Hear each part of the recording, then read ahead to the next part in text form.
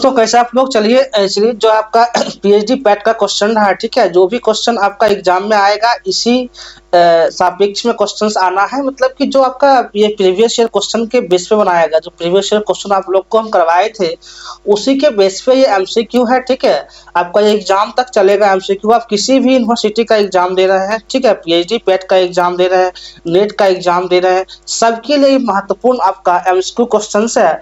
और इसमें आपका एक खास बात है कि आपको ये हिंदी और इंग्लिश, ठीक है, हिंदी और इंग्लिश दोनों में, हिंदी और इंग्लिश, ठीक है, दोनों में आपको एक्सप्लेनेशन मिलेगा। यानी कि एक्सप्लेनेशन के साथ इसमें करेंगे, आपको कहीं कोई दिक्कत नहीं होगा, ठीक है। इसमें मतलब हर तरह से क्वेश्चन लिया गया है। जो प्रीवियस ईयर में एलएनएमयू का ही बात करेंगे, जो प्रीवियस ईयर में क्वेश्चन पूछा गया था आपका, ठीक है, उसके बेस पे ही क्वेश्चन बनाया गया है। यानी कि आपका क्वेश्चन का यही तरीका एग्जाम में रहेगा।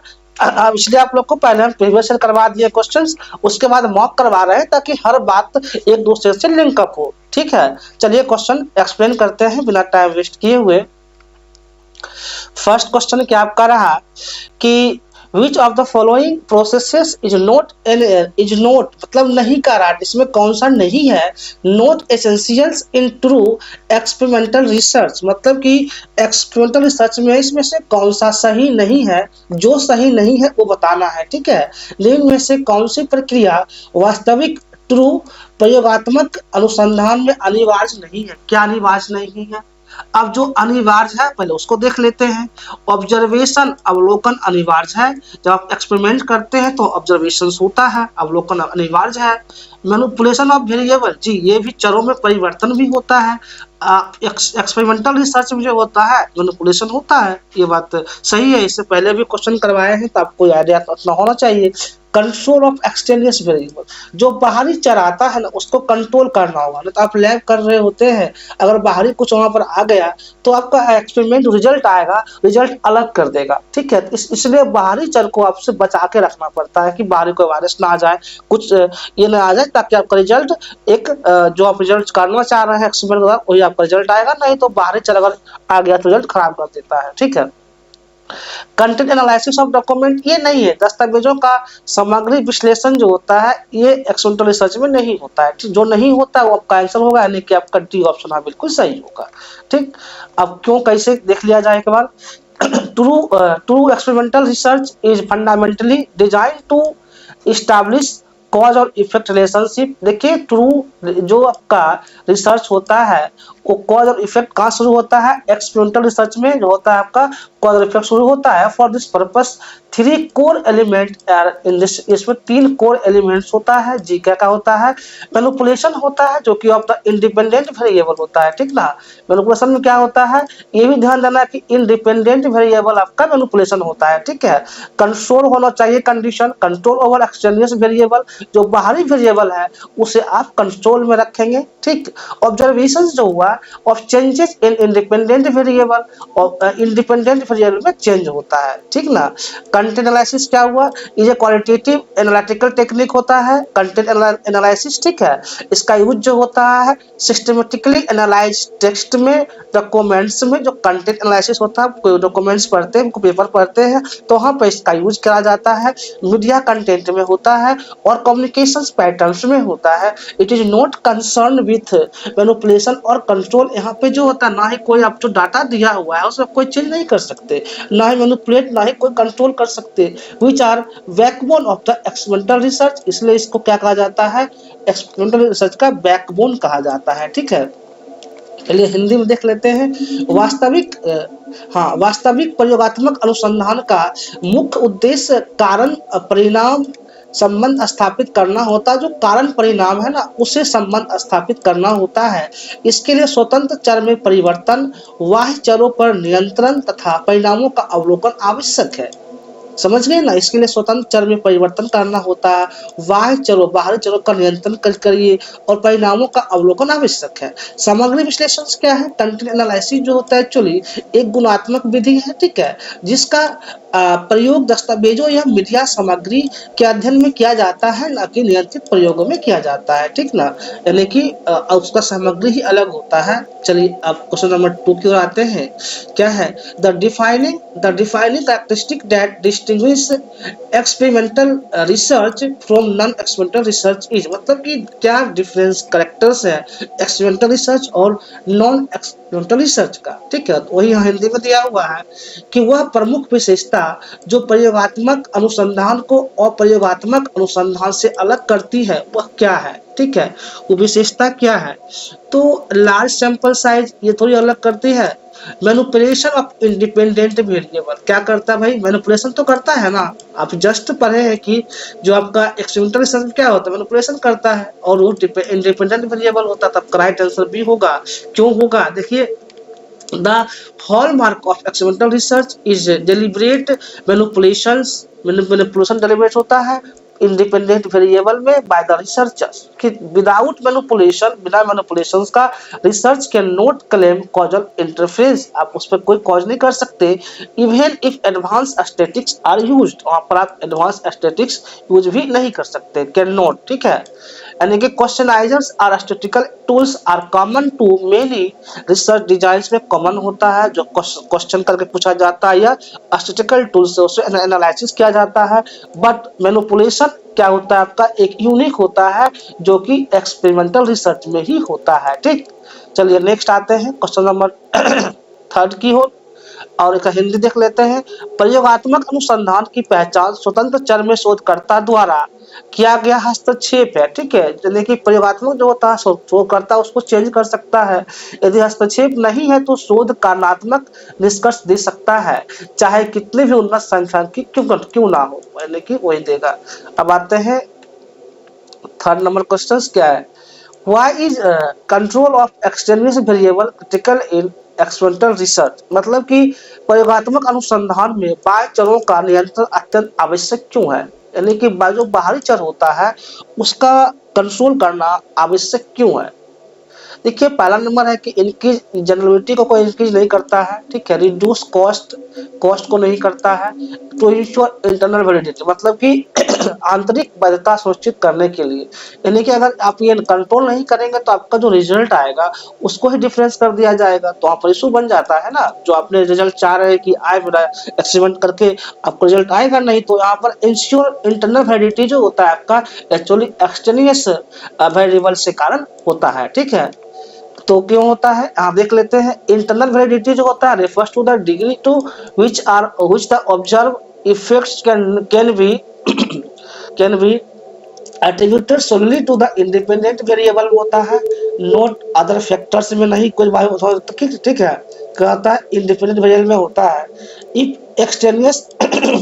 Extraneous variable are not control, यानी कि बाहरी वेरिएबल कंट्रोल नहीं होता है, तो the researcher can not be confidentially claim कि that the manipulation cause the observe outcome. ठीक है, आप वहाँ पे क्लेम नहीं कर सकते कि आपका जो भी है यहाँ पर बिल्कुल सही ही आएगा। ठीक है, यानी कि आंतरिक वैधता यह दर्शाती है कि प्राप्त परिणाम वास्तव में स्वतंत्र चर के कारण ही है। ठीक है, यदि बाह्य चरों को नियंत्रित नहीं किया गया तो परिणाम संदिग्ध हो सकते हैं, परिणाम अलग आ सकते हैं, जो आपका परिणाम है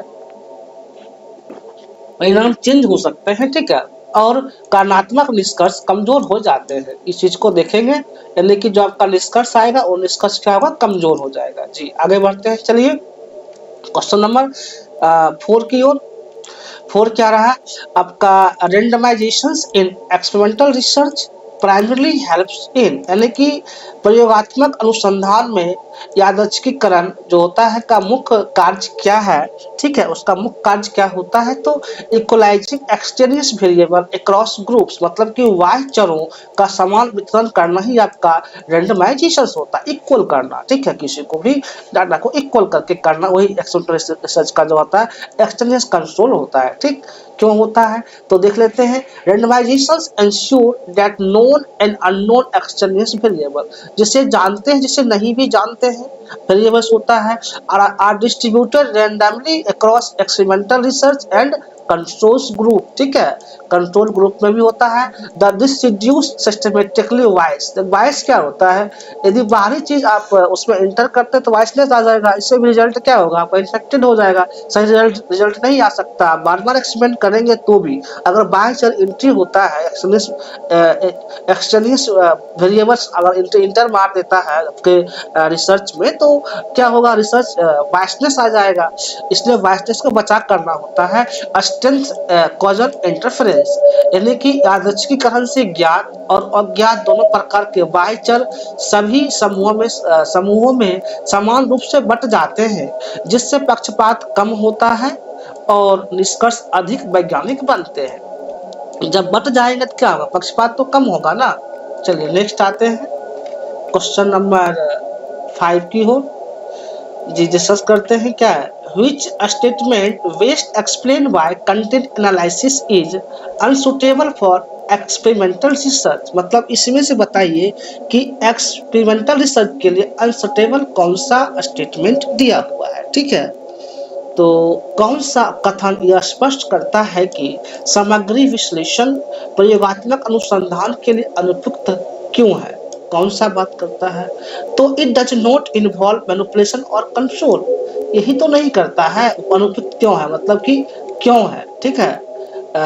तो आपका हो जाएगा it does not involve manipulation और कंट्रोल, अगर ये नहीं होगा तो दिक्कत तो आएगा, इसमें हस्तक्षेप और नियंत्रण नहीं होता है, ठीक है।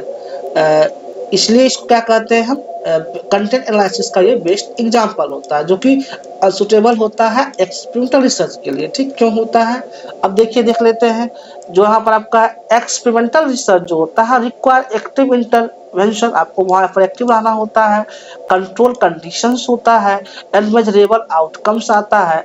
कंटेंट एनालिसिस जो होता है इज इंटरप्रेटिव एंड डिस्क्रिप्टिव होता है, जिसमें आप क्या करते हैं, स्टडी करते हैं, जैसा जो है जैसा दिया हुआ उसको पढ़ लेते हैं, फिर पेपर पढ़ना होता है। तो focusing on meaning rather than causal testing, focus किस पे करते हैं, मीनिंग पे करते हैं फोकस, ना ही कारण पे करते हैं, ठीक।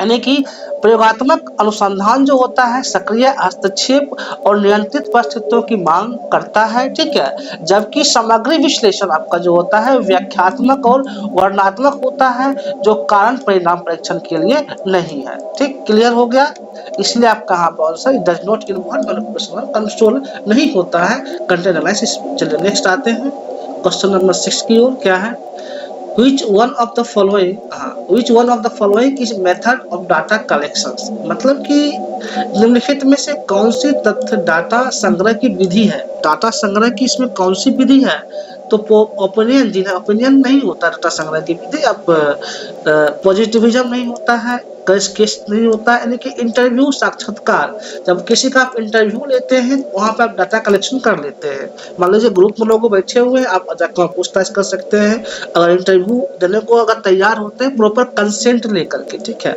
यहाँ कंसेंट लेना भी होता है, अगर आप ये एथिकल नॉर्म्स है, ठीक है, एथिकल नॉर्म्स है रिसर्च का, अगर आप कंसेंट लेते हैं तो इथिकल नॉर्म्स है, इथिकल रिसर्च में भी इथिकल है, आप किसी से जबरदस्ती नहीं पूछ सकते हैं, अगर आगे वाला अब तैयार होता है इंटरव्यू के लिए तब उस डाटा कलेक्शन कर सकते हैं, ठीक है, आपका यहाँ डी होगा। चलिए नेक्स्ट आते हैं, ये data collection method refers to systematic procedures होता है, ये यूज टू गैदर प्राइमरी और सेकेंडरी डाटा होता है, तो प्राइमरी आप खुद से करते हैं, सेकेंडरी लोगों से पूछ के करते हैं, पेपर से लेते हैं, directly from respondent and sources, ठीक है।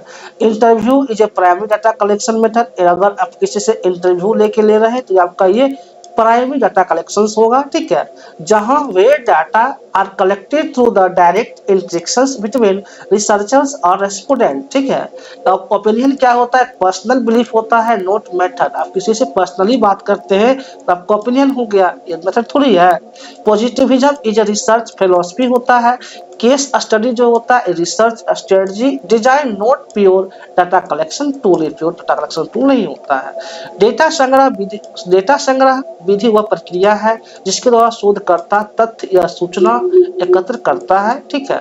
साक्षात्कार प्राथमिक डेटा संग्रह की एक महत्वपूर्ण विधि है ना। साक्षात्कार क्या है, प्राथमिक डाटा संग्रह की एक महत्वपूर्ण विधि है, जबकि अन्य विकल्प दर्शन या शोध अभिकल्प से संबंधित है। ठीक, अब आते हैं क्वेश्चन नंबर 7 की ओर। क्या है? Which of the following is not a primary data collection method. कह रहा है कि निम्नलिखित में से कौन सी प्राथमिक डेटा विधि नहीं है, वो बताना है कि कौन सी नहीं है। तो आपका यहाँ पे इंटरव्यू जी है, ऑब्जर्वेशन करके होता है, क्वेश्चन करके होता है, कंटेंट एनालिसिस जो होता है प्राइमरी डाटा कलेक्शन नहीं है। इस चीज को आपको ध्यान रखना होगा कि कंटेंट एनालिसिस क्या होता है, प्राइमरी डाटा कलेक्शन का विधि नहीं होता है। ठीक, आते हैं primary data collected first hand by researcher. अगर आप खुद से डाटा कलेक्ट कर रहे हो तो डाटा क्या होता है, प्राइमरी डाटा होता है। इस चीज ध्यान रखेंगे, फर्स्ट हैंड कलेक्टर रिसर्चर जो कलेक्ट डाटा करता है प्राइमरी डाटा होता है। ठीक, इंटरव्यू या ऑब्जर्वेशंस एंड क्वेश्चनाइज, क्वेश्चन पूछ करके, involve direct contact with respondents, direct contact करते, content analysis deals with the already existing documents or media, making it secondary or analytical technique। अगर आप किसी से इंटरव्यू लेते हैं, आप डाटा खुद से करते हैं तो प्राइमरी हुआ, बाद में आपका क्या होता है, डाटा सेकेंडरी हो जाता है। ठीक, प्राथमिक डेटा वह होता है जिससे शोधकर्ता स्वयं एकत्र करता है। अगर स्वयं कर रहे हैं तो क्या होगा, आपका प्राइमरी होगा। सामग्री विश्लेषण पूर्व विद्यमान दस्तावेज पर आधारित होता है, इसलिए यह प्राथमिक डेटा संग्रह विधि नहीं है, यानी कि आपका ये क्या हो जाएगा, सेकेंडरी हो जाएगा। ठीक है, चलिए अब नेक्स्ट आते हैं क्वेश्चन नंबर 8 की ओर। 8 क्या है? Which data collection method allow maximum depth and flexibility. मतलब कि इसमें क्या करा कि किस डाटा कलेक्शन में फ्लेक्सिबिलिटी आता है ज्यादा। ठीक है, कौन सी डेटा संग्रह विधि अधिकतम गहराई और लचीलापन प्रदान करती है, अधिकतम गहराई और लचीलापन प्रदान करती है कौन सी विधि। ठीक है, तो इंटरव्यू कौन करती है, आपका इंटरव्यू करती है, ज्यादा लचीलापन उसमें होता है। देखिए इंटरव्यू क्या करता है, interview allow probing, clarifications and follow up questions आप करते जाते हैं बार बार। ठीक है, मेकिंग देम हाईली फ्लेक्सिबल होता है, रिच क्वालिटेटिव डाटा इसमें कलेक्ट होता है। ठीक है, क्वेश्चनाइजर्स आर स्ट्रक्चर्ड होता है, आप 10 क्वेश्चन लिख लेते हैं तब क्वेश्चन पूछते हैं। रिजिड होता है, इंटरव्यू अब कैप्चर्स एटीट्यूड भी कैप्चर हो जाता है, इमोशंस भी होता है और परसेप्शंस भी होता है। ठीक है, ये तीनों देखा जाता है, यानी कि साक्षात्कार में शोधकर्ता गहराई से प्रश्न पूछ सकता है, आप कुछ जहाँ से वहाँ पूछ सकते हैं प्रश्न। ठीक है, और उत्तर स्पष्ट कर सकता है, जिससे यह लचीली एवं गहन विधि बन जाती है। अब 9 नंबर क्वेश्चन उसकी ओर आया जाए। क्या है?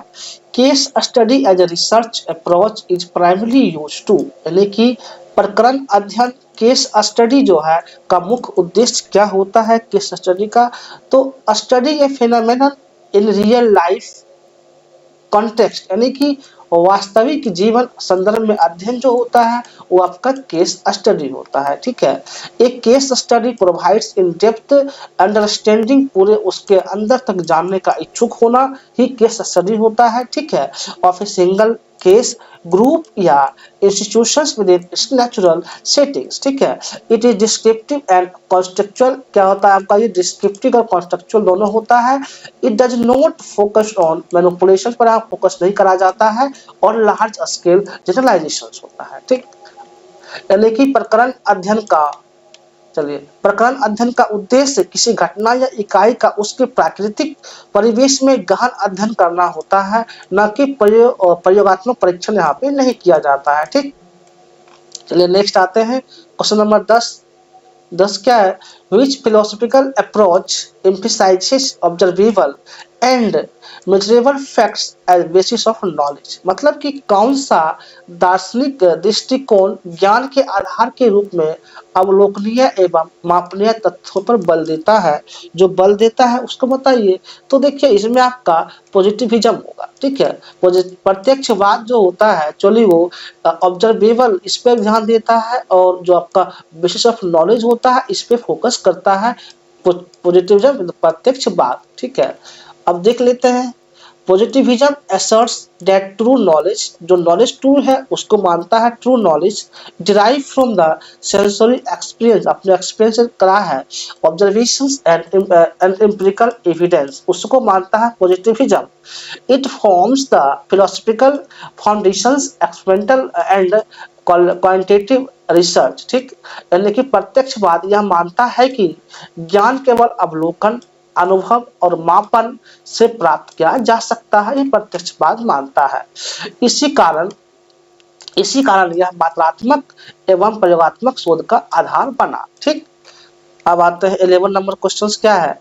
A state that predicts the cause effect relationship between the variable is known as, यानी कि कॉज और इफेक्ट की बात कर रहा है तो क्या होगा, वह कथन जो चरों के बीच कारण परिणाम संबंध की भविष्यवाणी करता है वह कहलाता है आपका एक्सपेरिमेंटल रिसर्च. ठीक है, कॉज और इफेक्ट की कहानी किसमें होती है, आपका एक्सपेरिमेंटल रिसर्च में होती है. यानी कि देखा जाए an experimental hypothesis explicitly predicts A cause effect relationships starting how manipulation कैसे करना है of the independent variable will influence the dependent variable, यानी कि इंडिपेंडेंट वेरिएबल वो इन्फ्लुएंस करता है डिपेंडेंट वेरिएबल को. In null hypothesis predict no relationship और नो डिफरेंस, यहाँ पर कोई रिलेशनशिप नहीं होता है, कोई डिफरेंस नहीं होता किसमें, नल हाइपोथेसिस में. ठीक है, independent and dependent variable are element not predictive statement, को प्रिडिक्टिव स्टेटमेंट नहीं होता है नल हाइपोथेसिस का. यानी कि प्रायोगिक परिकल्पना वह कथन होती है जिसमें यह बताया जाता है कि स्वतंत्र चर में, ठीक है, जो फ्रीडम होता है स्वतंत्र चर में परिवर्तन करने से आश्रित चर पर क्या प्रभाव पड़ेगा. शून्य परिकल्पना किसी प्रभाव या संबंध के अभाव की बात करती है. अब आते हैं क्वेश्चन नंबर 12 की ओर. Which hypothesis is formulated for statistical testing in experimental research. ठीक है, यानी कि प्रयोगात्मक अनुसंधान में सांख्यिकी परीक्षण के लिए कौन सी परिकल्पना अपनाई जाती है प्रयोगात्मक में. ठीक है, उसमें तो ऑप्शन आपका हो जाएगा नल हाइपोथेसिस. क्या हो जाएगा आपका यहाँ पे, नल हाइपोथेसिस अपनाई जाती है. ठीक है, नल हाइपोथेसिस अपनाई जाती है. ठीक, यहाँ देखते हैं statistical and test are design to reject और फेल. रिजेक्ट भी हो सकता है या fail. Reject the null hypothesis हो जाएगा, ये रिजेक्ट या फेल. टू रिजेक्ट क्या होता है आपका, ये होता है नल हाइपोथेसिस. ठीक है, the null hypothesis assumes no significant, no difference or no relationship making it testable. This is the null hypothesis. ठीक, यानी कि सांख्यिकीय परीक्षण का उद्देश्य शून्य परिकल्पना को अस्वीकार करना या स्वीकार ना करना होता है. इसी कारण यह प्रयोगात्मक शोध में अनिवार्य होती है. स्वीकार कर भी सकता है, स्वीकार नहीं भी कर सकता है, इसलिए यह प्रयोग में होता है. ठीक, अब आते हैं 13 number question. Which of the following best describe the independent variable, मतलब कि निम्नलिखित में से कौन सा स्वतंत्र चर का सर्वोत्तम वर्णन करता है, यानी कि सबसे अच्छा वर्णन कौन करता है स्वतंत्र चर का. तो the variable that is manipulated, जो वेरिएबल मैनिपुलेटेड होता है यानी कि जिस चर में परिवर्तन किया जाता है वही तो आपका इंडिपेंडेंट वेरिएबल होता है. ठीक ना, यानी कि द इंडिपेंडेंट वेरिएबल, ठीक है, is the presumed cause that is deliberately manipulated to observe its effect को ऑब्जर्व करा जाता है. It proceeds the dependent variable is causal logic, है तो लॉजिक लगा हुआ है. स्वतंत्र चर वह होता है जिसमें शोधकर्ता जानबूझकर परिवर्तन करता है. स्वतंत्र चर क्या होता है, उसमें आप परिवर्तन तो करते ही हैं ताकि उसका प्रभाव आश्रित चर पर देखा जा सके. जो डिपेंडेंट वेरिएबल है, आश्रित चर है, उस पर भी कुछ न कुछ असर देखा जा सकता है. ठीक, अब आते हैं क्वेश्चन नंबर 14 की ओर.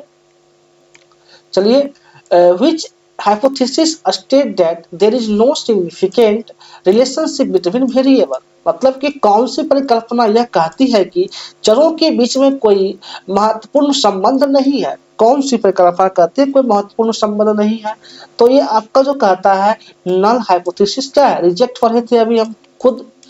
रिजेक्ट नॉट ट्रू, जो भी गलत है वो आपका यहाँ शून्य परिकल्पना करता है, नल हाइपोथेसिस करता है। ठीक है, क्या होता है तो देखिए, null hypothesis serve as the starting assumptions. ठीक है, हाइपोथेसिस एजम्पशन करके कहा जाता है कि भाई हो भी सकता है, नहीं भी हो सकता है, नहीं होगा तो आपका नल हाइपोथेसिस हो जाएगा। ठीक है, statistical significance is determined by testing whether this assumptions can be rejected. अगर रिजेक्टेड हो गया तो आपका ये नल हाइपोथेसिस हो जाएगा।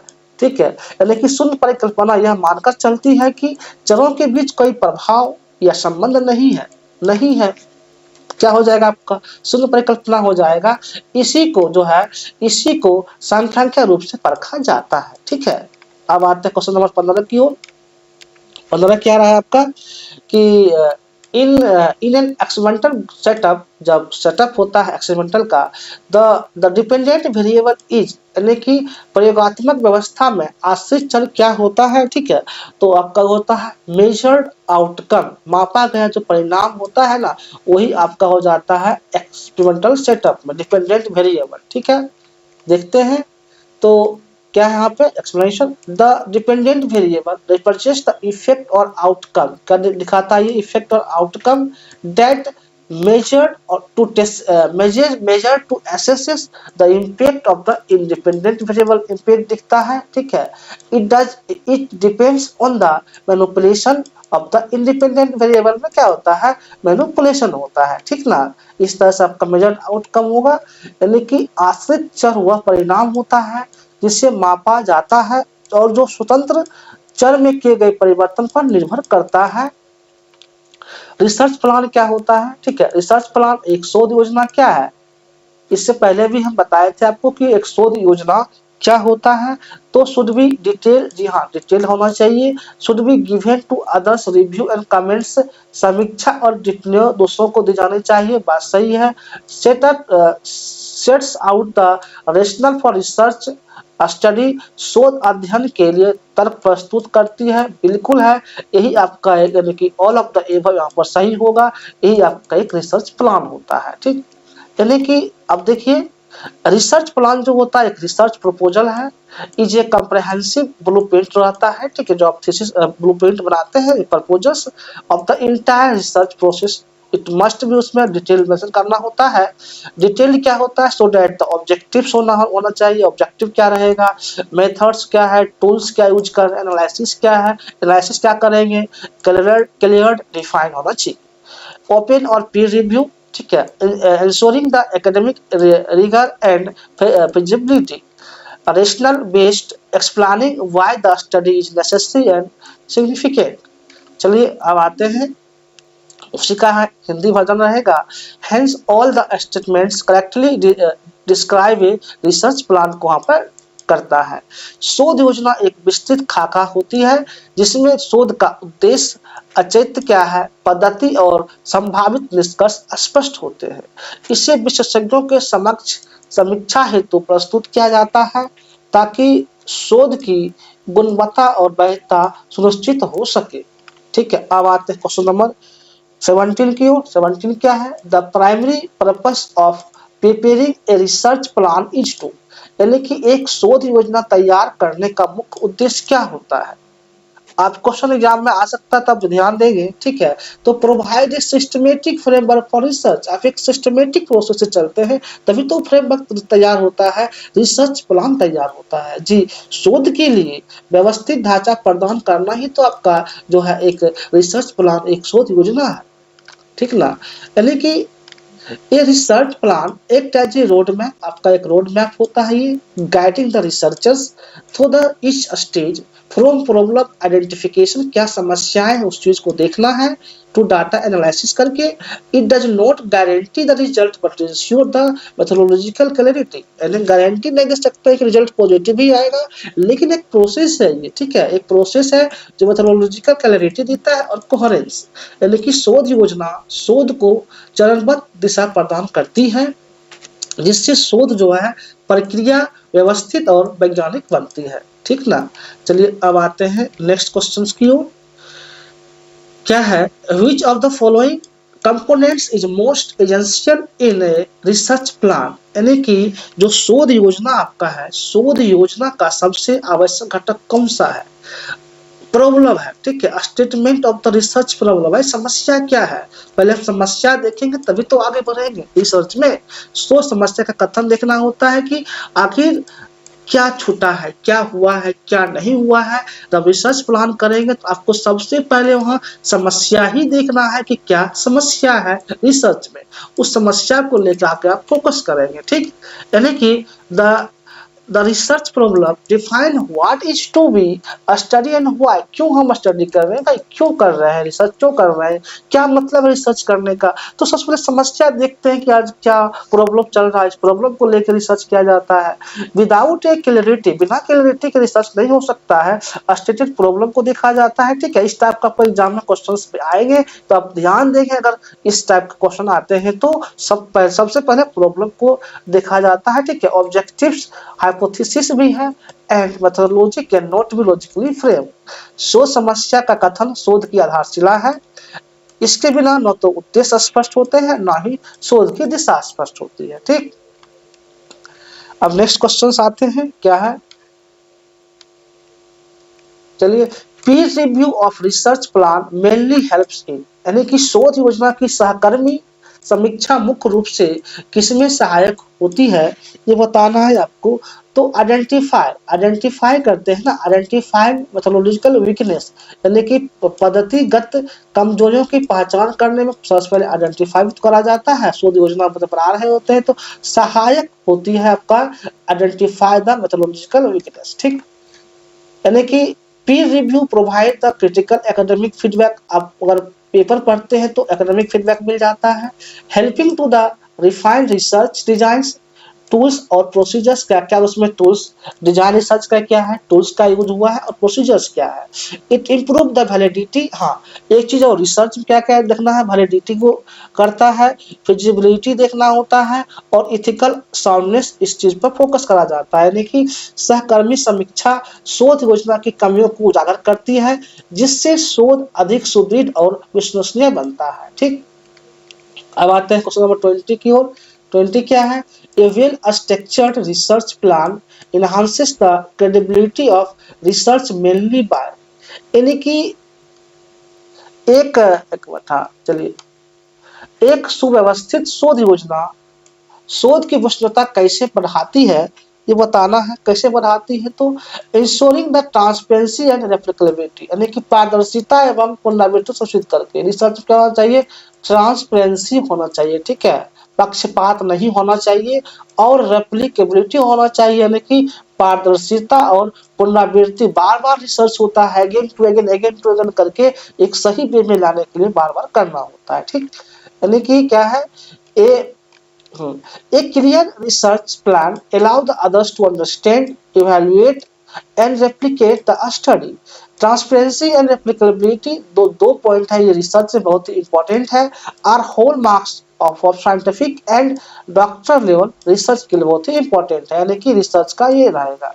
चलिए आते हैं, सुस्पष्ट क्या है, सुस्पष्ट शोध योजना शोध प्रक्रिया को पारदर्शी बनाती है, जिससे अन्य शोधकर्ता उसे समझ और दोहरा सके, यही वैज्ञानिक विश्वसनीयता का आधार होता है, ठीक।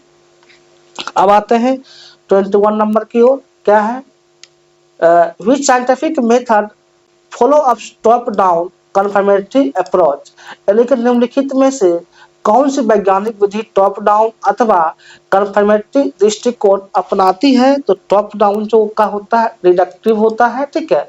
देखिए इसमें एक ट्रिक बताते हैं, आपका डिडक्टिव है ना तो इसको DGP, ठीक है, और इंडक्टिव रहेगा तो IPG। अब क्या समझना है, डिडक्टिव है मतलब कि D for deductive, G for general, ठीक है, general to particular, general to particular हो गया आपका, डिडक्टिव हो गया, ठीक है। यह शॉर्ट ट्रिक है, अगर आप एग्जाम में आप बनाते हैं तो आपको वहां पर टाइम बचेगा। और आई फॉर क्या होता है, इंडक्टिव होता है, ठीक है, आई फॉर इंडक्टिव होता है और particular to general, particular to general.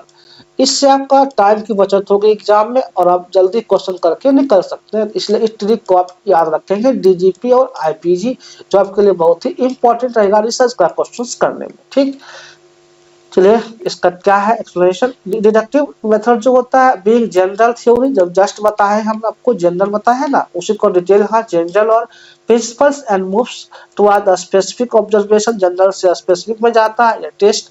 It is therefore called top down, यानी कि टॉप से डाउन की ओर जाता है, ऊपर से नीचे की ओर। Approach and is confirmatory, it aims test और वेरीफाइंग द एग्जिस्टिंग थ्योरी को वेरीफाई करता है। ठीक है, और इट इंडक्टिव मेथड जो होता है move from specific to observation, है ना, पार्टिकुलर टू जनरल है तो स्पेसिफिक टू जनरल हो गया। ठीक है, इंडक्टिव जो होता है specific to observations to generalisations, making it bottom up exploratory approach, यानी कि ऊपर से नीचे से ऊपर होता है।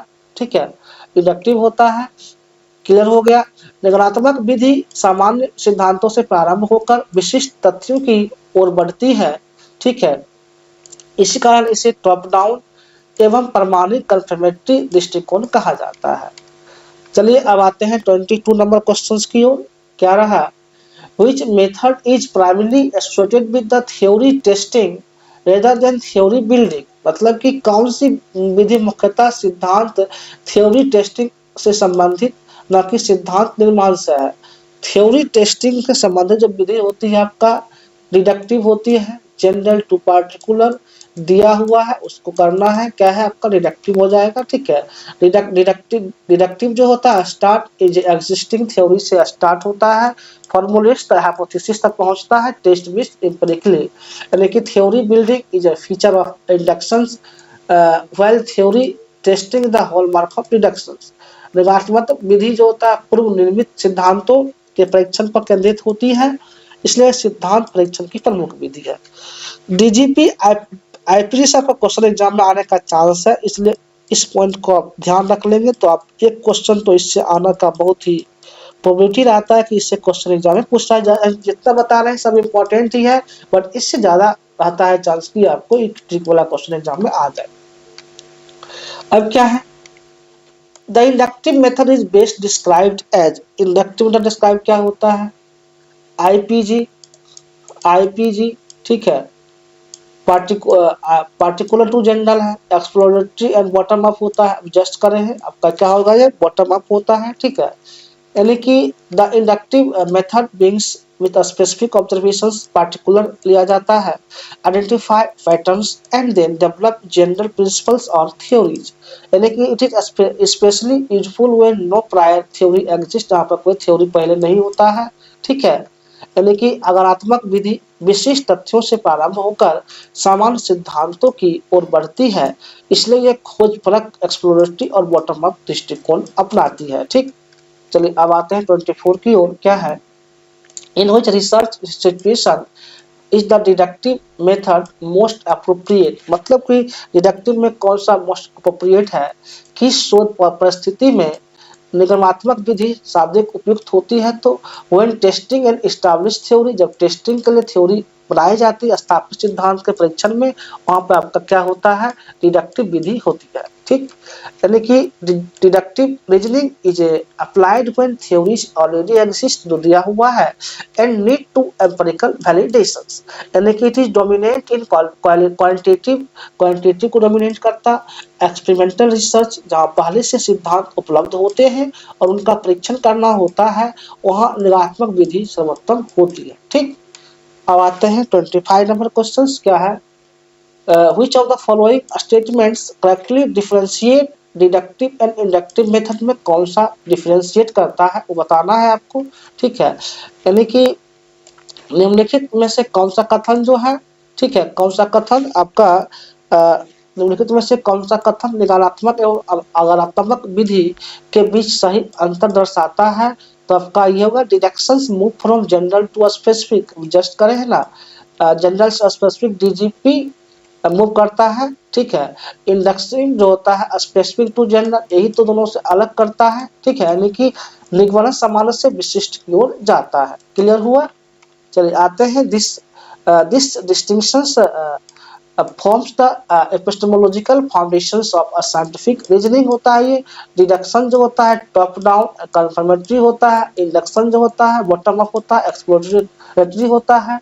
निगमन सामान्य सिद्धांतों से स्पष्ट तथ्यों की ओर जाता है, जबकि आगमन विशिष्ट तथ्यों से समान निष्कर्ष की ओर जाता है। ओवरऑल 2 पॉइंट याद रखेंगे, डीजीपी और आईपीजी, इसी पे करके आप आगे निकल सकते हैं। ठीक, चलिए अब नेक्स्ट 26 क्वेश्चंस की ओर बढ़ा जाए। 26 क्या कहता है कि research that is done to examine the findings of someone else using the same variable but different people is called। Variable same है, पीपल डिफरेंट है, उसे क्या कहेंगे? वह अनुसंधान जिसमें समान चरों का उपयोग करते हुए लेकिन भिन्न व्यक्तियों पर किसी अन्य शोध के निष्कर्षों की जांच की जाती है, क्या कहलाता है? निष्कर्षों की जांच की जाती है तो रेप्लिकेशन, यही आपका पुनरावृत्ति होता है। तो रिसर्च को बार बार किया जाता है, ठीक ना। यानी कि रेप्लिकेशन जो होता है, एक्चुअली आपका बात करते हैं रेप्लिकेशन रिसर्च का, तो इन्वॉल्व होता है रिपीटिंग ए प्रीवियस स्टडी को भी रिपीट करा जाता है। Using the same variable, tools and procedures का यूज होता है, but applying them to a different sample और पॉपुलेशन, क्या होता है वही डिफरेंट सैंपल और पॉपुलेशन होता है। Its primary aim to verify the reliability को वेरीफाई करता है। कंसिस्टेंसी रिसर्च में होना चाहिए, जनरेबिलिटी होना चाहिए, अर्लियर फाइंडिंग्स, समझ गए ना। यानी कि it is cornerstone of scientific rigor and cumulative knowledge होता है। पुनरावृत्ति क्या होता है? एक्चुअली अनुसंधान से पहले किए गए शोध को समान चरों के साथ, ठीक है, दोहराया जाता है लेकिन नए प्रतिभागियों पर, ठीक है। इससे यह जांचा जाता है कि निष्कर्ष विश्वसनीय और सार्वभौमिक है या नहीं, इस चीज को भी यहाँ पे देख लिया जाता है, ठीक ना। चलिए अब आते हैं 27 नंबर क्वेश्चन की ओर। क्या है आपका? Replication research primary helps in, replication क्या प्राइमरी हेल्प करता है? पुनरावृत्ति अनुसंधान मुख्य रूप से किसमें सहायक होता है, ठीक है, तो establishing the reliability of finding, यानी कि जो निष्कर्षों की विश्वसनीयता होती है उसमें जो आपका ये पुनरावृत्ति अनुसंधान सहायक होती है, ठीक ना। यानी कि replication check whether research results are stable process, ठीक है, टाइम सैंपल एंड कंटेक्स्ट, यानी कि it findings are replicated, confidence and scientific validity increases, बढ़ता है, ठीक है। जब किसी शोध के परिणाम बार बार समान रूप से प्राप्त होते हैं तो उसकी विश्वसनीयता और वैज्ञानिक प्रमाणिकता और बढ़ जाती है। जब बार बार रिसर्च करते हैं, अगर एक ही परिणाम आता है तो आपका रिसर्च क्या बिल्कुल सही है, और वो जो होता है वही रेप्लिकेशन होता है, ठीक। अब आते हैं 28 नंबर क्वेश्चन की ओर। क्या है? Field work based research is classified, जो फील्ड वर्क रिसर्च होता है क्लासिफाई करने के बाद कहा जा रहा है कि क्षेत्र कार्य फील्ड वर्क पर आधारित अनुसंधान को किस श्रेणी में रखा जाता है, वो बताइए। तो इसको एम्पिरिकल यानी कि अनुभव सिद्ध में रखा जाता है, जो आपका फील्ड वर्क होता है। चलिए आगे बढ़ते हैं।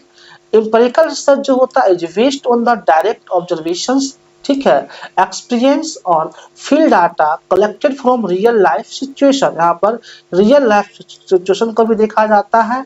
Field work involve collecting data outside the laboratory making it empirical in nature, कैसा होता है वो?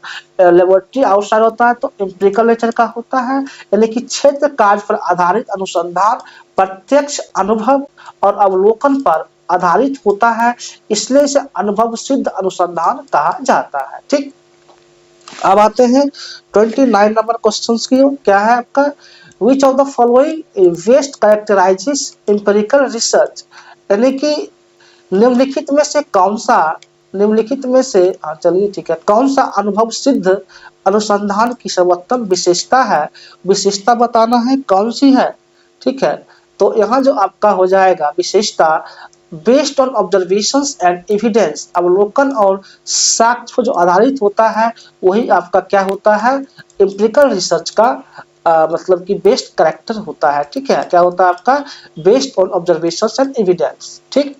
क्यों होता है? Empirical research realize the measurable evidence, जो मेजरेबल एविडेंस होता है आपका ये एम्पिरिकल रिसर्च है, gathered through the observations, survey, experiments और field work, it forms the foundation of scientific inquiry, ठीक ना।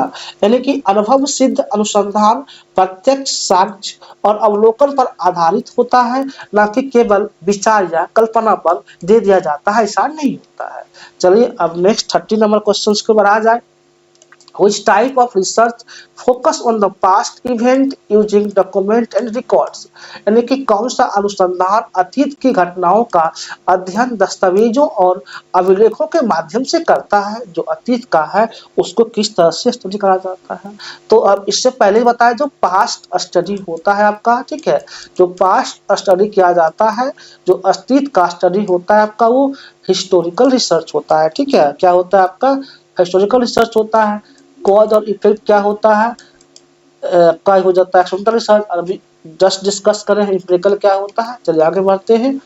हिस्टोरिकल रिसर्च जो होता है रिकंस्ट्रक्ट पास्ट, ठीक है, पास्ट यानी कि पीछे का जो स्टडी होता है आपका वो हिस्टोरिकल रिसर्च होता है, using primary and secondary sources को लेकर वहाँ पर करते हैं, एज रिकॉर्ड्स, मैनुस्क्रिप्ट क्या है, कहानी, और आर्चिव्स, यानी कि ऐतिहासिक अनुभव अनुसंधान अतीत की घटनाओं को प्रमाणिक दस्तावेजों के आधार पर समझने का प्रयास करता है, ठीक। अब आते हैं 31 नंबर क्वेश्चन की ओर। Replication research strength scientific knowledge mainly by, यानी कि पुनरावृत्ति अनुसंधान जो होता है वैज्ञानिक ज्ञान को मुख्यतः कैसे सुदृढ़ करता है, तो कन्फर्मिंग द प्रीवियस फाइंडिंग, पूर्व निष्कर्षों की पुष्टि करके ही उसको वो सही करता है पुनरावृत्ति को, ठीक है। यानी कि science advances through the verifications and confirmations, verification और कंफर्मेशन कहा जाता है, नोट मेयरली नॉवेलिटी, को नया चीज को नहीं देखा जाता है, जो पहले से किया हुआ है उसी चीज को दोहराना, ठीक ना। Replications ensure that finding not accidental और कॉन्टेक्स्ट स्पेसिफिक नहीं होता, यानी कि वैज्ञानिक ज्ञान की प्रगति निष्कर्ष की पुष्टि होती है, न कि केवल नए निष्कर्ष देने से, ठीक। अब आते हैं 32 नंबर क्वेश्चन की ओर। Which research classification is most appropriate for studying the social behavior in natural setting? मतलब कि इसमें से कौन सा रिसर्च जो सोशल बिहेवियर नेचुरल सेटिंग में इम्पोर्टेंट है, प्राकृतिक सामाजिक परिवेश में व्यवहार के अध्ययन के लिए कौन सा अनुसंधान उपयुक्त है, यहाँ पर वो बताना है आपको, ठीक है। तो वो यहाँ हो जाएगा आपका एम्पिरिकल अनुभव सिद्ध जो रिसर्च होता है वो आपका मतलब कि सोशल बिहेवियर के लिए उपयोगी सिद्ध होता है, ठीक। यानी कि studying the behaviour and natural settings require direct observations in real world data which define the empirical research को डिफाइन करता है, यानी कि प्राकृतिक परिवेश में व्यवहार का अध्ययन प्रत्यक्ष अनुभव पर आधारित होता है, इसलिए अनुभव सिद्ध अनुसंधान उपयुक्त है, ठीक। अब आते हैं क्वेश्चन नंबर 33 की ओर बढ़ा जाए। क्या है? Which of the following is not a characteristic of replication research? यानी कि इसमें कौन सा करेक्टर नहीं है रेप्लिकेशन का वो बताना है, ठीक है। निम्नलिखित में से कौन सी पुनरावृत्ति अनुसंधान की विशेषता नहीं है, यानी कि हाँ आपको गलत ऑप्शन देना है। तो डेवलपिंग है न्यू थ्योरी जो होता है आपका रेप्लिकेशन में डेवलप नहीं होता है, नया सिद्धांत विकसित नहीं होता है, सेम वेरिएबल का यूज होता है, डिफरेंस का होता है, टेस्टिंग का होता है, बट नया थ्योरी डेवलप नहीं होता है आपका रेप्लिकेशंस में, ध्यान रखेंगे, ठीक है। रेप्लिकेशंस रिसर्च जो होता है फोकस ऑन वेरिफिकेशन पर फोकस करा जाता है, नोट थ्योरी कंस्ट्रक्शंस, यानी कि पुनरावृत्ति अनुसंधान का उद्देश्य नए सिद्धांत बनाना नहीं बल्कि पूर्व निष्कर्षों की पुष्टि करना होता है, ठीक। अब आते हैं 34 नंबर क्वेश्चन। क्या है? Field work differs from laboratory research mainly in terms of, यानी कि क्षेत्र कार्य क्या है? 34 नंबर क्वेश्चन सा, ठीक है। क्षेत्र कार्य प्रयोगशाला अनुसंधान में मुख्य अंतर किस आधार पर होता है, यानी कि मुख्य अंतर आपको यहाँ पे बताना है। तो देखिए नेचुरल वर्सेस कंट्रोल कंडीशन, प्राकृतिक और बनाम नियंत्रित परिवेश होता है जो कि लेबोरेटरी रिसर्च का मेन पॉइंट होता है, ठीक। यानी कि क्या होता है? देख लेते हैं। Field work occurs in real life environment. जो फील्ड वर्क होता है रियल लाइफ मतलब से कनेक्ट होते हैं, ठीक है। Which laboratory research occurs that under control condition, ठीक है। आप डाटा लाते हैं फिर उसको लैब में एक्सपेरिमेंट करते हैं, यही जो होता है रियल लाइफ इन्वायरमेंट को फॉलो करता है। क्षेत्र कार्य प्राकृतिक परिवेश में किया जाता है, जबकि प्रयोगशाला अनुसंधान नियंत्रित परिस्थितियों में होता है, ठीक। अब आते हैं 35 नंबर क्वेश्चंस की ओर। Which statement best summarize the relationship between replications and empirical research? यानी कि क्या है कि निम्नलिखित में से कौन सा कथन पुनरावृत्ति और अनुभव सिद्ध अनुसंधान के संबंध में सही रूप से दर्शाता है, ठीक है। तो आपका होगा replications often uses empirical methods to verify result. ये जो वेरीफाई रिजल्ट्स करता है वही सही दर्शाता है एम्पिरिकल रिसर्च का। रेप्लिकेशन रियलाइजेस हेवनली और empirical data collections to retest previous findings. यानी कि पुनरावृत्ति अनुसंधान में अनुभव सिद्ध विधियों का उपयोग करके पूर्व निष्कर्षों की जांच की जाती है, ठीक। चलिए नेक्स्ट आते हैं 36 नंबर क्वेश्चन की ओर। क्या है? The study in which investigators attempt to trace an effect back to its possible causes known as। यानी कि वह अध्ययन जिसमें शोधकर्ता प्रभाव से उसके संभावित कारणों का पता लगाने का प्रयास करते हैं, क्या कहलाता है? जो पता लगाया जाता है तो होगा आपका एक्स पोस्ट फैक्टो रिसर्च। ये ध्यान रखेंगे कि इसका मतलब क्या है, cause possible back possible causes, ठीक है। ट्रेस इफेक्ट का पता लगाने के लिए आपका एक्स पोस्ट फैक्टो रिसर्च होता है, जो कि पूर्व व्यापी कार्योत्तर अनुसंधान कहा जाता है, ठीक। ये आपका होगा, ठीक है। X post facto exam board पूछा जाता है, इसको ध्यान रखेंगे। एक्स पोस्ट फैक्टो रिसर्च जो होता है literally means after and fact, after और फैक्ट पर ध्यान दिया जाता है। In this type of research the effect has already occur दिया होता है and the researchers works backward to identify the possible, क्या कारण है इस चीज को खोजना होता है। देयर इज नो मैनिपुलेशन, आप कोई मैनिपुलेशन नहीं कर सकते of the independent variable, making it non experimental in nature. यानी कि commonly used in education, psychology and social science में ज्यादा यूज होता है, where the manipulation is unethical and impossible. पूर्व व्यापी अनुसंधान जो होता है, ठीक है, प्रभाव पहले से घटित हो चुका होता है और जो है शोधकर्ता के पीछे जाकर उसके कारणों की खोज करता है। इसमें किसी भी चर में हस्तक्षेप नहीं किया जाता है, ठीक। चलिए अब आते हैं 37 नंबर क्वेश्चन की ओर। क्या है? which of the following is defining features of ex post facto research। यानी कि पूर्व व्यापी अनुसंधान की प्रमुख विशेषता कौन सी है वो बताना है आपको, ठीक ना। कौन सी है? तो इसमें जो हो जाएगा आपका backward tracing from effect to cause. Just बताए थे कि पीछे की ओर देखा जाता है, वो आपका क्या हो जाता है, एक्स पोस्ट फैक्टो होता है, यानी कि प्रभाव से कारण की ओर जाना, ठीक। X post facto research reverses the typical experimental logic instead of cause, ठीक है, instead of cause effect examines the effect as possible causes को भी देखा जाता है, ठीक। इस तरह से होता है। इस अनुसंधान में कारणात्मक दिशा उलट जाती है क्योंकि प्रभाव पहले से ही मौजूद होता है तो कारण पीछे हो जाता है, उसी को देखना होता है। चलिए नेक्स्ट आते हैं 38 नंबर क्वेश्चन की ओर। Ex post facto research differs from the experimental research mainly because, यानी कि ex post facto research जो होता है कैसे डिफर होता है एक्सपेरिमेंटल रिसर्च से, यानी कि पूर्व व्यापी अनुसंधान प्रयोगात्मक अनुसंधान से मुख्यतः किस कारण से भिन्न है? तो it does not involve manipulation of variable. X post facto में क्या होता है, मैनिपुलेशन नहीं होता है, इससे पहले बहुत बार बताया है आपको हम, इसमें चरों में हस्तक्षेप नहीं होता है, ठीक ना। यानी कि यहाँ देख लिया जाए, unlike experimental research ex post facto research can not be manipulate variable because the conditions have already occur, जो कंडीशन दिया हुआ है, यानी कि पूर्व व्यापी अनुसंधान में चर पहले से विद्यमान होते हैं, इसलिए हस्तक्षेप संभव उसमें नहीं होता है, ठीक। अब आते हैं 39 नंबर क्वेश्चन की ओर। क्या है? Which research design is most appropriate when the independent variable cannot, फिर नहीं बोला हाँ है, can not be manipulated for ethical reasons. ठीक, यानी कि जब नैतिक कारणों से स्वतंत्र चर में हस्तक्षेप संभव ना हो तब कौन सा शोध अविकल्प उपयुक्त होता है, तो उस कंडीशन में आपका एक्स पोस्ट फैक्टो रिसर्च ही अयुक्त होगा, तो पूरा सही होगा। ठीक, उस कंडीशंस में। चलिए अब इसका देख लेते हैं। Variable such age gender, intelligence, socio economic status, fast exposures can not B ethically manipulated. इसे आप क्या है, मैनिपुलेट नहीं कर सकते। X post facto research allow the study of variables without intervention का इसका अलाउड होता है। नैतिक या व्यवहारिक कारणों से जिन चरों में परिवर्तन किया जा सकता उसके अध्ययन हेतु पूर्वव्यापी अनुसंधान सर्वोत्तम है। ठीक, अब आते हैं 40 नंबर क्वेश्चन की ओर। क्या है, Which statement best summarizes x post facto research, यानी कि इसमें एक्स पोस्ट रिसर्च का कौन सा अच्छा स्टेटमेंट है, सबसे बेहतर।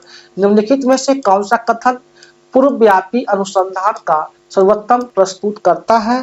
ठीक है, बताना है। तो इफेक्ट क्या देखना है आपको, एक्चुअली इसमें देखना है कि effect is analysed, already analysed होता है। इन्फर पॉसिबल कॉजेज, प्रभाव से संभावित कारणों का अनुभव लगाया जाता है, कि प्रभाव से ही कारण को देखा जाता है। ये आपका एक्स पोस्ट फैक्टो रिसर्च होता है। ठीक, यानी कि ex post facto research seek to causal explanations without manipulation, करके देखा जाता है क्या कारण है। Playing relying on logical interference and statistical control, पूर्वव्यापी अनुसंधान में प्रभाव का विश्लेषण करके उसके संभावित कारणों का अनुमान लगाया जाता है, न कि उन्हें नियंत्रित किया जाता है। ठीक, अब आते हैं 41 नंबर क्वेश्चन की ओर।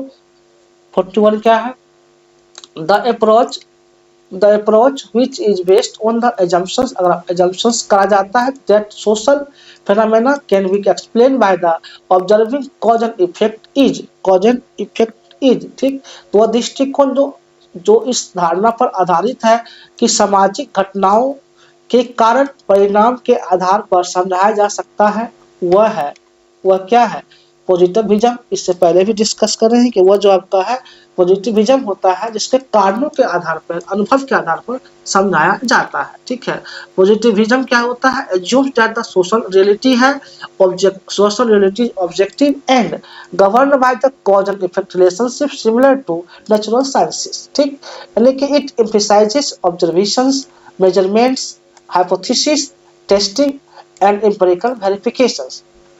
This approach forms the foundation quantitative and experimental research, यानी कि प्रत्यक्षवाद वह यह मानता है कि सामाजिक घटनाएं भी प्राकृतिक विज्ञानों की तरह कारण परिणाम नियमों से संचालित होती है, इसलिए इसमें अवलोकन, मापन और परीक्षण पर बल दिया जाता है कि कैसे क्यों हुआ। चलिए अब आते हैं 42 नंबर क्वेश्चन की ओर। क्या है, Which of the following best represent the philosophical foundation of qualitative research, क्या होता है, तो आपका ये फिलोसफिकल रिसर्च जहां भी आएगा आपका क्वालिटेटिव रिसर्च आएगा तो आप सीधा एग्जाम में भी पॉजिटिविज्म को चूज करेंगे, प्रत्यक्ष बात होता है। ठीक, यानी कि क्वांटिटेटिव रिसर्च, क्वांटिटेटिव यहाँ पे था ना, वो देख लेते हैं। हाँ ठीक है, आपका क्वांटिटेटिव है, क्वांटिटेटिव है। क्वांटिटेटिव रिसर्च रियलाइज तो measurements, objectivity and statistical and testing होता है, all of which stem from the positivist philosophy. मात्रात्मक अनुसंधान में मापन और सांख्यिकी का प्रयोग होता है जो प्रत्यक्षवादी दर्शन पर आधारित है। अब आते हैं नेक्स्ट क्वेश्चन। ठीक है, इंटरप्रेटिविज्म इज प्राइमरी फोकस ऑन, व्याख्यावाद मुख्य रूप से किस पर केंद्रित होता है।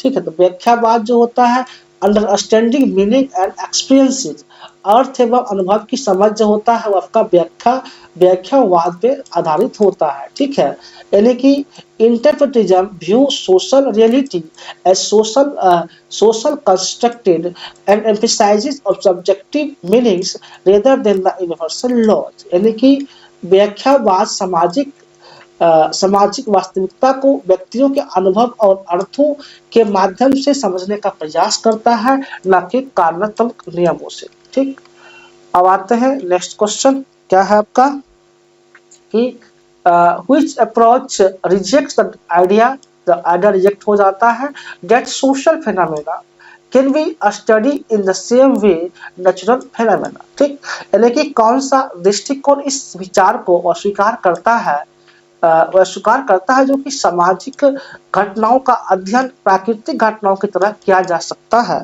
ऐसा कौन सा होता है, तो आपका इंटरप्रेटिविज्म व्याख्यावाद होता है। ठीक है, यानी कि इंटरप्रेटिविज्म जो होता है argue that human behaviour is meaningful and context independent and can not be reduce the simple cause laws को रिड्यूस नहीं करता।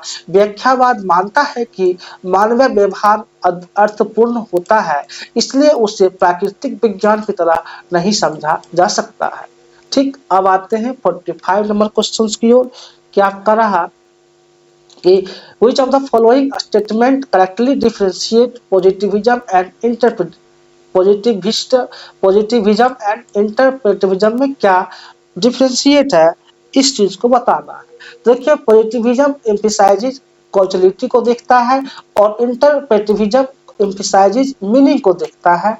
प्रत्यक्षवाद कानात्मक बल देता है। आपका ये ऑप्शन बिल्कुल सही होगा। ठीक, यानी कि क्या है यहाँ पे, this distinctions reflects two contrasting epistemological traditions in social research। Positivism जो होता है explanations through the laws और causality को देखता है और interpretivism जो होता है understanding through the meanings and context को देखा जाता है interpretivism में। यानी कि प्रत्यक्षवाद सामाजिक घटनाओं को कारण परिणाम नियमों से समझता है, जबकि व्याख्यावाद अर्थ और अनुभव पर केंद्रित होता है। ठीक, इससे क्लियर होगा। अब आते हैं 46 नंबर क्वेश्चन की ओर। ठीक है, Which of the following is defined as the systematic method, बताना है, evaluating the statistical data based on the results of several independent studies address the same problem। यानी कि निम्नलिखित में से किसी एक ही समस्या पर किए गए अनेक स्वतंत्र अध्ययनों के परिणामों पर आधारित सांख्यिकीय आंकड़ों के व्यवस्थित मूल्यांकन की विधि कहा जाता है, वो बताइए आपको। तो ये होता है आपका मेटा एनालिसिस, बड़े पैमाने पर जो करा जाता है, यानी कि सांख्यिकीय आंकड़ों के व्यवस्थित मूल्यांकन की विधि को कहा जाता है आपका मेटा एनालिसिस। ठीक, यानी कि मेटा एनालिसिस जो होता है इज ए क्वांटिटेटिव रिसर्च होता है, सिंथेसिस, ठीक है, टेक्निक होता है that statistically combine results from the multiple independent studies होता है conducted on the same research problem. ठीक, यानी कि it increases the statistical power, बढ़ता है यहाँ पे, reduces the random error and provides a more precise estimate of effect size। जी, widely used in education, psychology and medicine में, social science में इसका यूज करा जाता है।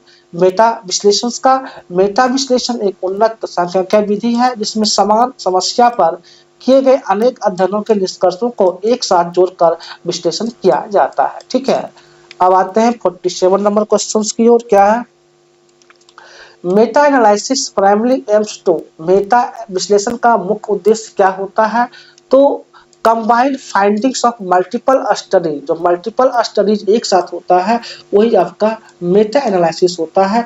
अनेक अध्ययनों के निष्कर्षों के सांख्यिकीय का संयोजन आपका मेटा विश्लेषण होता है, लेकिन यहाँ पर डी सही होगा। ठीक, यानी कि मेटा विश्लेषण does not generate new primary data, यहाँ पर कोई नया डाटा जनरेट नहीं होता है। इंस्टेड उसके बदले it synthesizes existing empirical findings to derive generalizable conclusions.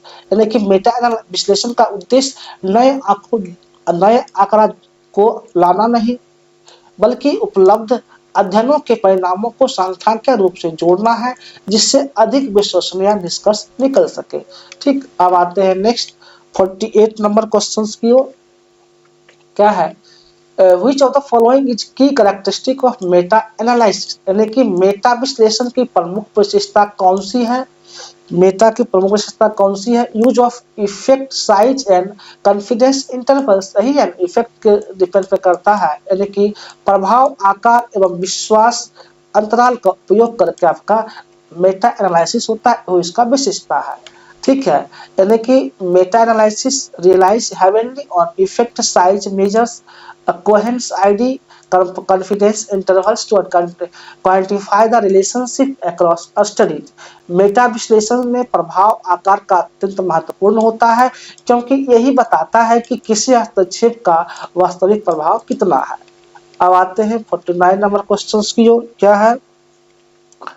Which research approach is most closely associated with evidence based decision making? यानी कहा कि बताइए इसमें evidence based decision making कौन सा रिसर्च है, यानी कि साक्ष्य आधारित निर्णय निर्माण से शाब्दिक संबंधित अनुसंधान दृष्टिकोण कौन सा है? तो ये जो आपका होगा मेटा एनालिसिस होगा, मेटा विश्लेषण होगा। ठीक, यानी कि evidence based practice require strong होता है, वो कम्युनिकेटिव एविडेंस होता है, which meta analysis provide by synthesizing multiple and high quality studies होता है। नीति निर्माण, शिक्षा सुधार और चिकित्सा दिशा निर्देशों में मेटा विश्लेषण को सर्वोत्तम साक्ष्य माना जाता है। ठीक, अब आते हैं सीरीज का लास्ट क्वेश्चन है 50 क्वेश्चन। ठीक है, which of the following best differentiate meta analysis from traditional literature review? यानी कि मेटा विश्लेषण को पारंपरिक साहित्य समीक्षा से अलग करने वाला प्रमुख बिंदु कौन सा है, वो बताना है आपको। तो Meta analysis uses statistical technique use करा जाता है और लिटरेचर रिव्यू नया चीज खोज नहीं होता है। डज नॉट, यानी कि मेटा विश्लेषण संख्यात्मक तकनीकों का प्रयोग करता है। ठीक है, यहाँ आपका जो है बी ऑप्शन जो है बिल्कुल सही होगा। चलिए, क्यों होगा? एक ट्रेडिशनल लिटरेचर रिव्यू जो होता है इज क्वालिटेटिव एंड नैरेटिव होता है, व्हाइल मेटा एनालिसिस क्वांटिटेटिव होता है। ठीक है, ट्रेडिशनल क्या होता है आपका? क्वालिटेटिव होता है, जबकि मेटा एनालिसिस जो होता है क्वांटिटेटिव होता है, objective and statistical driven. Meta विश्लेषण शोध विश्लेषण का उन्नत रूप है, इसलिए इसे पीएचडी स्तर पर अत्यंत महत्वपूर्ण माना जाता है। यानी कि जब आप रिसर्च वर्क करते हैं तो उसमें जो होता है मेटा एनालिसिस ही किया जाता है। ठीक है, इसलिए आपका ऑप्शन नंबर ये बिल्कुल सही आएगा। इस तरह से आज आप लोगों के बीच हमने टोटल 50 क्वेश्चन डिस्कस करे। ठीक है, और इसमें आपको जहां भी जो कंफ्यूजन लगे कमेंट कर सकते हैं। अगर आप सीरीज में कंटिन्यू बने रहते हैं तो जो एग्जाम में क्वेश्चन आएगा आपका 35 से 40 क्वेश्चन पेपर 2 में 100% सही करें, 40 से बढ़ भी सकता है अगर। ठीक है, लेकिन ये आपका जो क्वेश्चन है पूरा प्रीवियस ईयर के बेस पे क्वेश्चन बनाया गया है कि आपको ये सब लाइनें एग्जाम में देखने को मिलेगा। ठीक है, ये आप ध्यान रखेंगे और मेरा प्रयास रहेगा कि आपको हाई पेपर 1 में जो है हाईएस्ट मार्क आए, इसके लिए हम आपके लिए प्रॉपर यहाँ भी एग्जाम तक ये सीरीज आता रहेगा, जो आप लोग बने रहें। फिर हम मिलेंगे आपको नेक्स्ट लेक्चर में नेक्स्ट सीरीज के साथ।